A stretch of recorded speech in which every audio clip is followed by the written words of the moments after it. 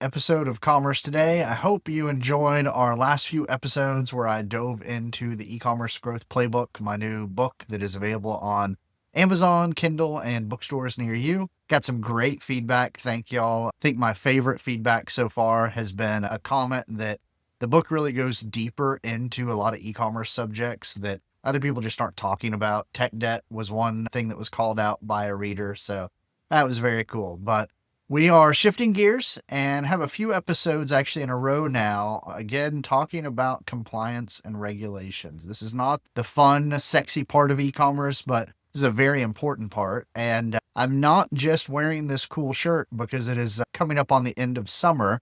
I'm also wearing it because we are talking about the de minimis and tariff stuff that has been happening.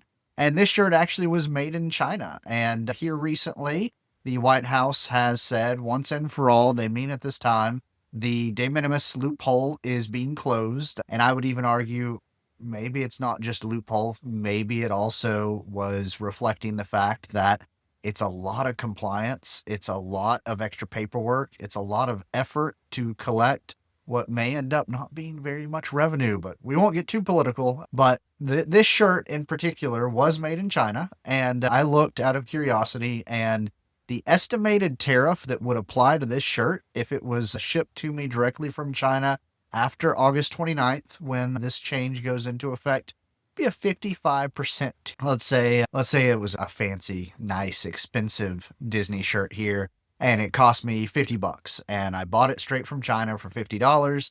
That means that when it actually arrives at my doorstep, the U.S. government's going to want to collect $27.50 in tariffs from me. So all of a sudden, my $50 shirt is almost an $80 shirt. But it doesn't just affect me and my style choices, including these style choices that my wife may or may not approve of. This impacts anyone that is importing products, but especially those that are selling products direct to consumer cross-border into the US. Just a quick recap on de minimis. Basically, under the old language in the Tariff Act, individual shipments valued under $800 were not subject to import duties. And this was really used for two different reasons. One, if you went on vacation and you're a U.S. citizen or U.S. resident, you wanted to ship a product you purchased home, you would be able to do that as long as it was under $800, kind of similar to how if you flew out of the country and came back, you could bring up to a certain dollar value back without paying any sort of duties or tariffs. This is where duty-free comes from. The other reason, though, is a lot of these things, you buy a $10 item on Temu, the duty itself isn't going to be that much money. But all of a sudden, if they're charging a duty on it or a tariff on it, then the seller has to do extra paperwork. The government or the shipper or shipping service has to collect that money, return that money to the government. It's a whole other layer of paperwork and bureaucracy. So more than 30% of consumer-bound shipments coming into the U.S. relied on this exemption. It was a huge part of drop shipping, of the small parcel models. We put out an update recently about how they're seeing a massive drop in demand for shipping services from China to the U.S. So it's having a big impact. Now, as far as why it's being ended, again, I'm going to try not to get too political in this episode. There's plenty of people out there on LinkedIn, on X, on every service that if you want to get political about tariffs, you can go watch them. But some of the things that have been mentioned is to generate revenue, trade retaliations, accusations of abuse by companies like Temu. There's even an element of this that is part of the war on drugs, which is very interesting, but that's a tangent we're not going to get into. One of the reasons this actually wasn't put into effect earlier, you might even be saying, hey, I thought they ended this months ago. They tried to end this months ago. And the Postal Service, where a lot of these shipments go through, the U.S. Postal Service said, whoa, we don't have the systems, we don't have the people, we don't have the processes. We can't possibly collect all of these duties.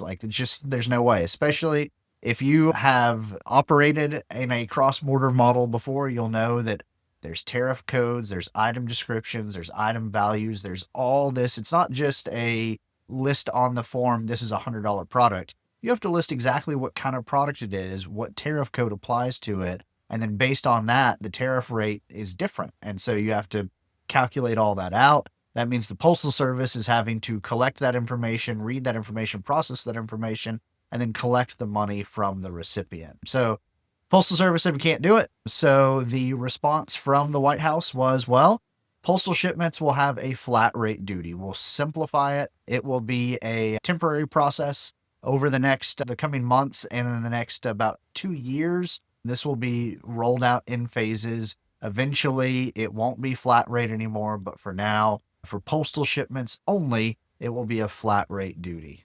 So if your average order value is under $800 and you have been shipping straight from your warehouses overseas into the US to the consumer, you are now going to have to figure in duties into your prices. And there's basically 2 ways to do it. You can prepay and be responsible for the duties yourself, or what most of these companies have done, thanks to the de minimis loophole, they made it the responsibility of the customer, of the person receiving the shipment. And since it was zero, it didn't really matter. If you stay in that setup, now your customer is going to get a bill. And it just depends on the amount and the process, but they most likely will have to pay that bill before they can receive their shipment. And I know a lot of you, especially our friends in Europe, I work with a lot of people in Poland, and I've learned over the years from shipping all sorts of Texas goodies to Poland that a lot of countries, if you're not from America, not living in America, you might be scratching your head saying, this is just normal. I'm used to getting a bill and having to go to the post office and pay for my international shipment before I can get it. What are you talking about? Yeah, a lot of countries actually already did it this way. They already required duties to be paid on any size, any amount shipment. There wasn't this minimum like there had been in the US. But here in the US, we had gotten used to this, and a lot of businesses were built around it. There's also, and I will say this is current as of when I'm recording this in mid-August, the tariff situation has changed constantly. One of the reasons I haven't done an episode of Commerce Today about the tariffs is because every time I sat down to record, something changed again. So definitely do some Googling, talk to ChatGPT, consult your shipping and fulfillment experts. If you need help, I actually have a great shipping service that I can recommend to you, as well as a great third-party logistics provider. Either one can walk you through what this means for your specific products and businesses. But let's say you're not shipping direct to consumers from overseas. You also have to deal with these other tariffs that are going into effect. Effective back on August 6th, there's a 50% tariff on all Brazilian imports. There's a 50% tariff on copper-intensive goods. This was an interesting one.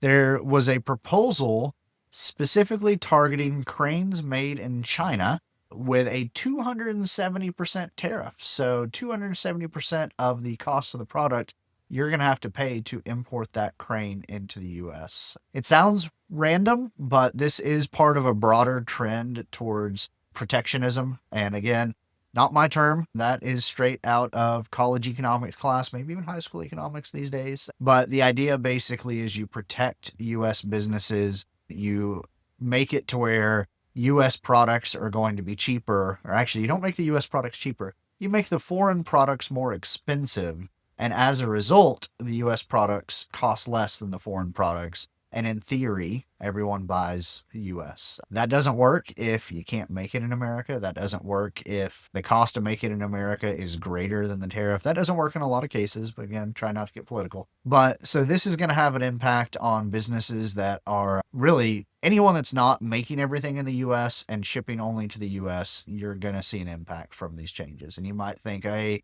they've been talking about this all year. It hasn't affected my business yet. Come September, it will affect your business. So duties now apply regardless of the value. So you can no longer assume that duties are $0. So there's a concept, if you're not familiar with it, called landed cost. That is what it costs you to get a unit of product from wherever it's made into the US. And so you basically take the cost to produce the item, you add in the shipping, you add in the duties and taxes, and then the other fun part, you add in the brokerage fees. I remember way back when I was in college, my roommate bought a guitar that was made in Canada, and it was a great deal. At the time, the Canadian dollar versus the US dollar, like he was just floored at what a great deal he got. They shipped it to him, UPS. He received it. UPS, in order to receive the package, he had to pay some duties, so he paid those duties. Still super excited to get his guitar. And then 2 months later, he gets another bill from UPS that was their brokerage fee for basically charging him and collecting those duties. So that was fun. So you're also going to have to look at these brokerage fees. And again, this is where if you're not working with someone that is an expert in shipping and logistics, I would highly recommend you go talk to someone like that. And I can give you some referrals and recommendations if you reach out to me, because your actual product costs are going to be going up unless, again, you happen to make everything in the US, source everything from the US, ship everything only in the US. Also, make sure you are classifying your products correctly. There is the HTS codes, the harmonized tariff schedule. And again, there's some great software out there that can help you find the right tariff codes. There's a fun little phrase called tariff engineering. If you have ever worked with someone that maybe engages in what's called tax engineering, it's not tax fraud, but in learning exactly how to classify certain expenses to minimize your tax bill. It's the idea behind tariff engineering. That is looking at what a product is made out of, looking at when and how it's assembled, looking at where it's shipped through, and figuring out how can I get the tariff code that has the lowest possible tariff attached to it assigned to this product. Because that's the other thing about these tariff codes and the harmonized tariff schedule. You have to select the right one, because it's not just, hey, 100% tariff from everything from China. No, it depends on these very specific codes to calculate out the exact amount of those tariffs. Now, if you're just throwing your hands up and you're like, this is too much bureaucracy, too much overhead, my business just can't handle this, I can't handle the massive increase in my inventory costs, there are a couple of options and alternatives. I already mentioned source everything from the US, make everything in the US, ship everything in the US.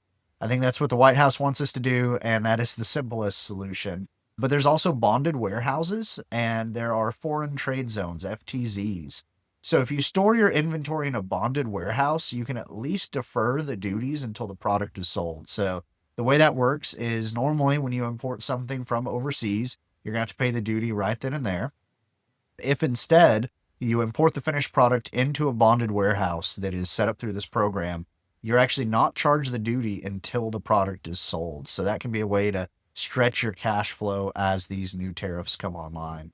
Also, foreign trade zones can allow you to pay the duties on the components rather than the finished goods. You'll see a lot of these around borders, but also around airports, shipyards, things like that, where you can import the components into the foreign trade zone here in the US, do the final assembly there, and you're paying duties on the components rather than on the finished goods, which is typically cheaper. So one thing you could do, and one thing I've seen some mid-sized brands do, is move their fulfillment that was previously coming straight from China to a US warehouse. They basically realized that duties were inevitable. They were going to have to pay them. So they consolidated the shipments, and they're paying a single customs entry fee, and they're basically paying this duty once up front versus every little individual consumer shipment being charged the duty. All right, so what do you need to do now that these tariffs are coming for you? So you need to adapt your operations. So audit your cross-border SKUs, look at products that you are either shipping straight from overseas or that you're assembling overseas, shipping to the US. Look at which products have thin margins. You may need to just discontinue some of those products, or you can look and say, okay, what countries are these products currently being supplied from? And are there alternative suppliers in more duty-friendly regions? Again, there's a lot of trade policy and foreign policy that is being wielded through these tariffs. For instance, lots of times importing something from Mexico is going to have a much lower duty or tariff than importing something from China. So definitely look at that. Also, and this is where you definitely want to talk to a fulfillment expert, prepare to really learn some new terms here. There are Incoterms, which are basically the terms related to who's going to pay what whenever something is shipped internationally. Negotiate those with your overseas suppliers. Negotiate those, negotiate your shipping terms. There is a type of shipment called delivered duty paid, where the shipper is going to pay the duty. There's also delivered at place, which means that you would then control the customs clearance and duty payment that might help you because there are some suppliers, when you do that delivered duty paid, basically the duty is rolled into the product price that your supplier is charging you. And there are some suppliers out there that are using all this news of the duties to basically hike their prices more than just what the duty costs. It's just like we saw all those grocery stores with their record profits during the pandemic that blame supply chains and all these other things. Then it turns out they also were just using all the headlines to hide some increases in their profit. So you may have suppliers doing that. So you might want to shift it to where you are paying the duties and you are responsible for customs clearance. Also, update your checkout flows. If you have relied on this exemption so that you're shipping straight from China and people aren't having to pay duties, you absolutely need to update your checkout to let them know. You don't have to necessarily give them what the total cost is, because I think everyone understands the cost is going to change. This is a quickly evolving situation, but you don't want your customer to be surprised when they are asked to pay a duty at delivery.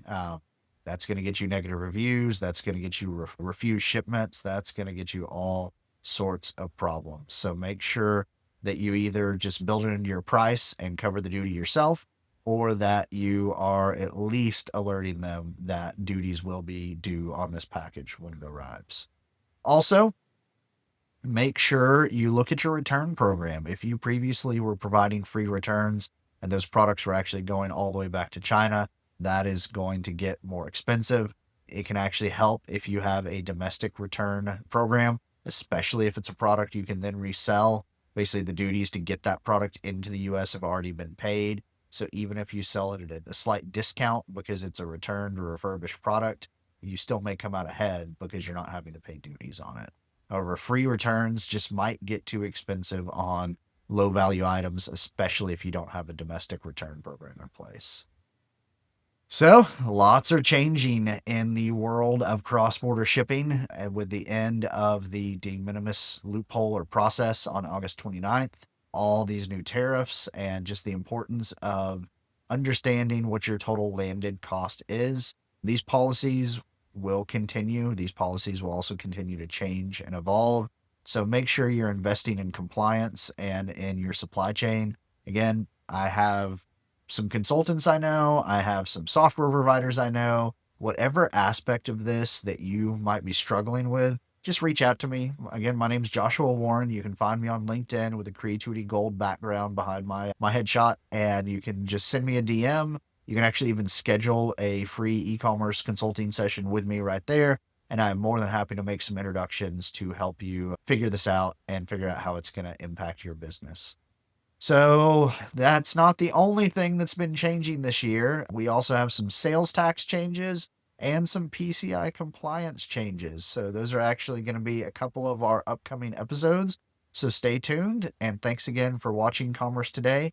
Don't forget to go check out the e-commerce growth playbook on Amazon and let me know what you think.